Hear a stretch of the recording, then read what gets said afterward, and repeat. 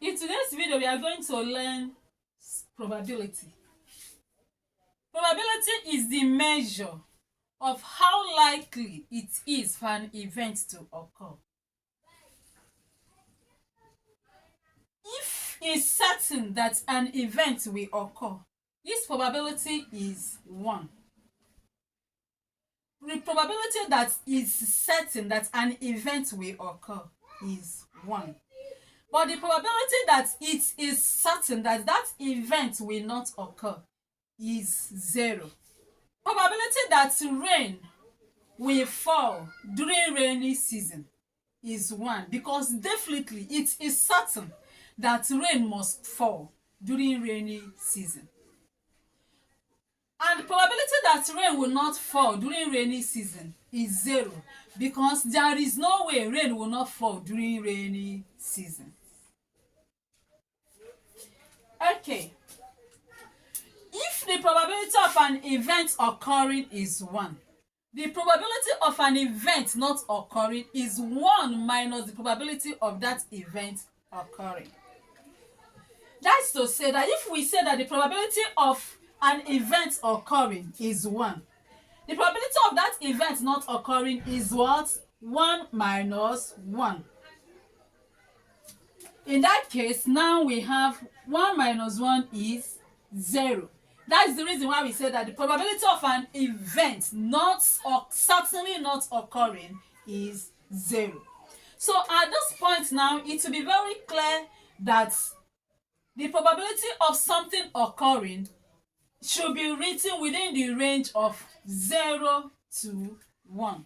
So we have, if this is number line, and here is 0, here should be half, here is 1. So the probability of something occurring have to be within this range. It cannot be greater than 1. It will not be less than 0. It's within the range of 0 to 1. Actually, the formula for probability is the number of required outcome divided by the number of the possible outcome. Remember that we are given a 6-sided fair dice. When we roll the fair die, it's possible that we can get 1, or get 2, get 3, get 4, get 5, or get 6. But we were asked that what is the probability that 3 will be obtained? In the outcome, we have, possible outcomes, we have 1, 2, 3, 4, 5, and 6. So there is only 1 3 there. So the number of the required outcome is 1, because there is only 1 3 there. So we have 1 divided by the number of the possible outcomes. We have 6 possible outcomes. 1, 2, 3, 4, 5, 6. So divided by 6. And this is the probability that the number 3 will be obtained. Now remember that we were asked to find the probability, that is B, that the number 3 will not be obtained. Remember what we said when we are defining the probability. We said that if the probability of something occurring is 1, then the probability of that event not occurring is 1 minus the probability of the event occurring. That is to say, 1 minus 1. Okay, in this we will relate that to what we are solving now. If the probability of obtaining the number 3 is 1 over 6, it means that the probability of not obtaining the number 3 should be 1 minus 1 divided by 6.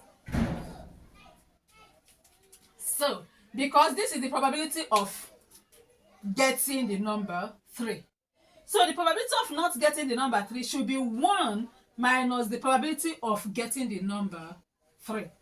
So in that case, B should be equal to the probability of not obtaining the number 3 is equal to 1 minus the probability of obtaining the number 3. And what will we do here? Find the LCM. Remember, this is a whole number, so is over 1. So the LCM of 6 and 1 is 6. 1 divided 6 will give us 6. 6 multiplied by 1 will give us 6. Minus 6 divided 6 will give us 1. 1 multiplied by 1 will give us 1. And that will give us what? 5 over 6. Now, there is something I want you to note. Remember that if the probability of an event occurring is 1, and the probability of event not occurring is 1 minus the probability of that event occurring, it means that the probability of an event occurring plus the probability of an event not occurring should give you what? 1. When you finish calculating, you can use this idea to check your answers and know whether you are correct. Don't forget what we got here. What we got is, when we solve the probability of obtaining the number 3 is 1 divided by 6, okay? Remember what we said? We said that the probability of an event occurring plus the probability of an event not occurring will give us 1. Let's assume that the probability of an event occurring, as we said, is equal to 1. That is P of an event occurring is equal to 1. Then the probability of an event not occurring is equal to 1 minus 1. Right? So when we sum the two, this is the probability of an event occurring, which is 1, plus the probability of an event not occurring, which is what?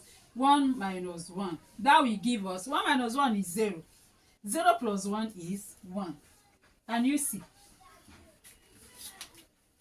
So it actually means that when we add the probability of obtaining that number 3 and the probability of not obtaining that number 3, we're supposed to get 1, isn't it? Let's try and see. Remember that we got the probability of obtaining the number 3, we got 1 divided by 6. Then the probability of not obtaining the number 3, we got 5 divided by 6. So let's sum up the two. The probability of obtaining the number 3 plus the probability of not obtaining the number 3. So see what we get. We have 1 divided by 6 plus 5 divided by 6. Get the LCM. The LCM here is what? 6. So we have 6. 6 into 6 is 1. 1 multiplied by 1 is 1.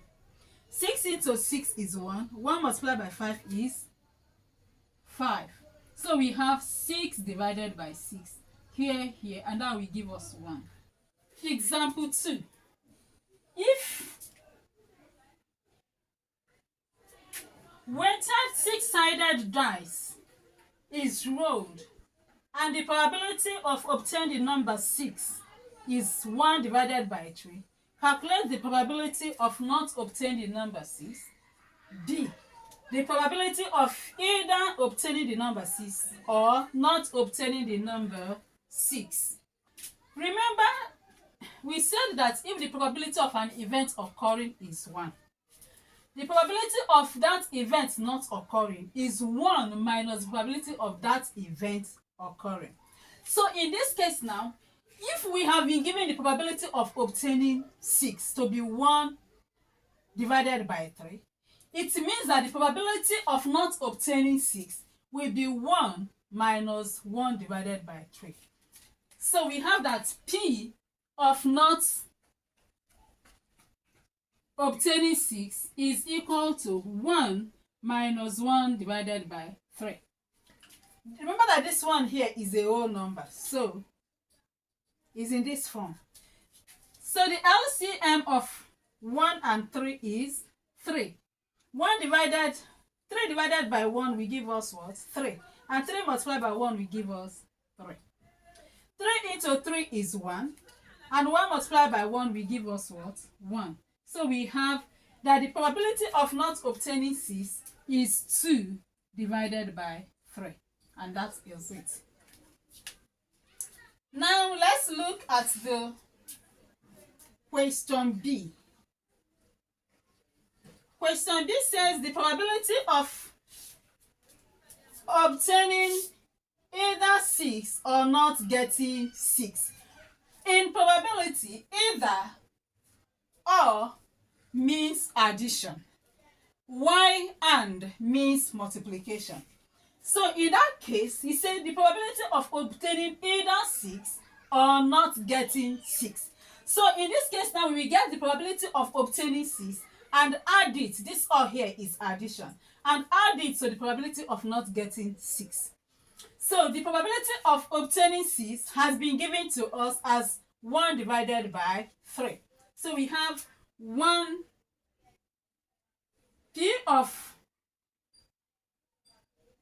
either or not 6 is equal to 1 divided by 3 plus the P of not getting 6.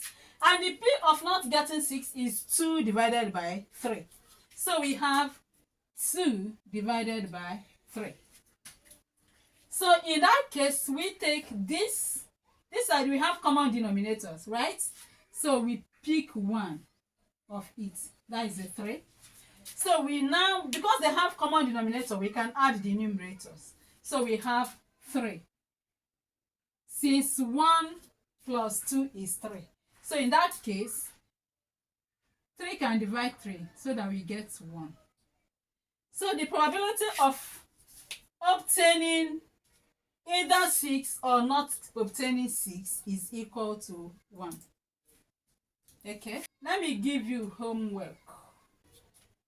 Now, do this as your homework.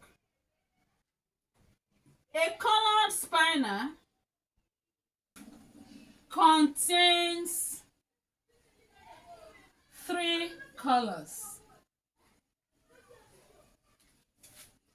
yellow, red, and blue. If the probability of obtaining yellow is 1/8 and the probability of obtaining red is equal to 3/8,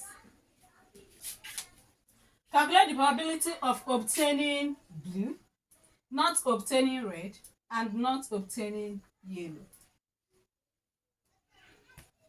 Do this. Thank you, and see you in the next class.